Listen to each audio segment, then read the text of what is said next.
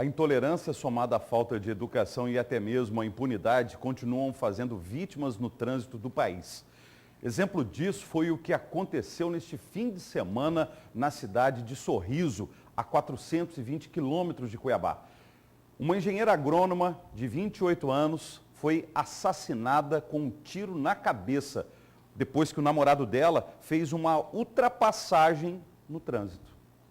Você acha que o trânsito está mais violento? Às vezes é por causa do dia a dia, do trabalho, né? Então as pessoas andam um pouco estressadas, até mesmo pelos seus patrões. Pedir uma carga horária que às vezes para eles são acarretadas. Aí eles andam acelerados, mas não violentos. Seu Laércio é taxista há mais de 40 anos. Com tanto tempo ao volante, histórias para contar não faltam.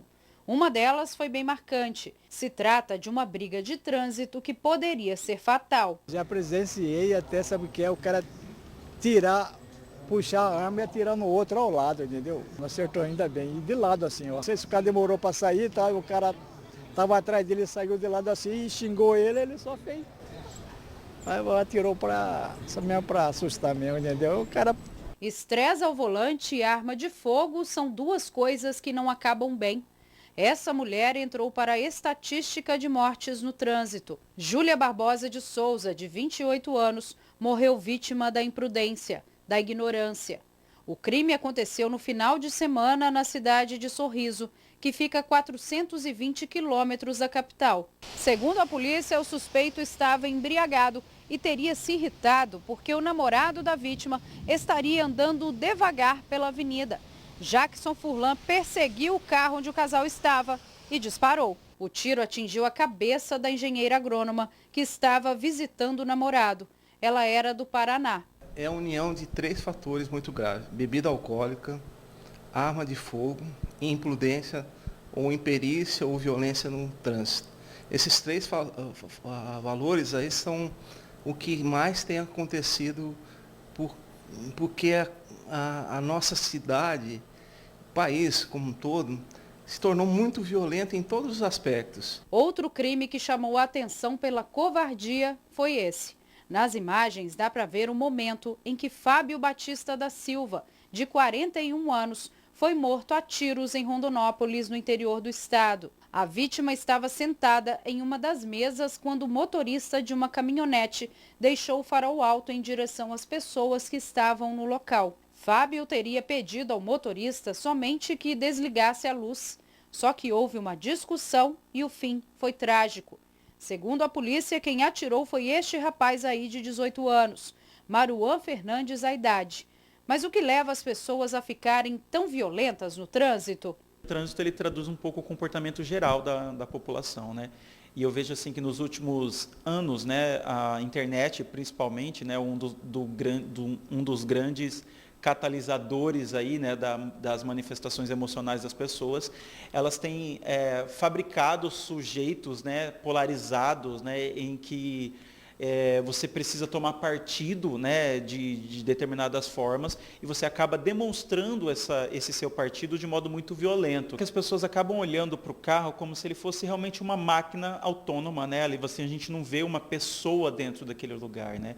Tanto é que na grande maioria das vezes, quando alguém, sei lá, te fecha no trânsito, te ultrapassa de modo errado, né, irregular, você raramente vê a pessoa que está dentro daquele carro. Então você vê o carro. Então ali tem como uma espécie de despersonalização, não existe uma pessoa do outro lado. E o meu comportamento, muitas vezes dentro do trânsito, não é um comportamento contra uma pessoa, porque eu nem a vi, eu não sei quem é, eu não conheço a história dela.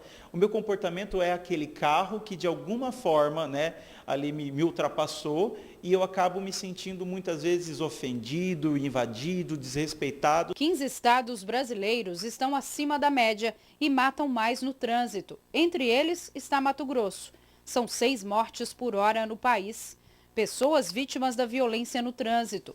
Os dados são do Observatório Nacional de Segurança Viária. Por mais que sejam empenhados vários esforços, né, por meio do Estado, através de seus vários órgãos de segurança pública, né, ressaltando aí o batalhão de trânsito da qual eu pertenço, ainda assim os condutores eles insistem em realizar essa direção de maneira insegura, digamos assim, né? Sob efeito de álcool ou de outras substâncias psicoativas.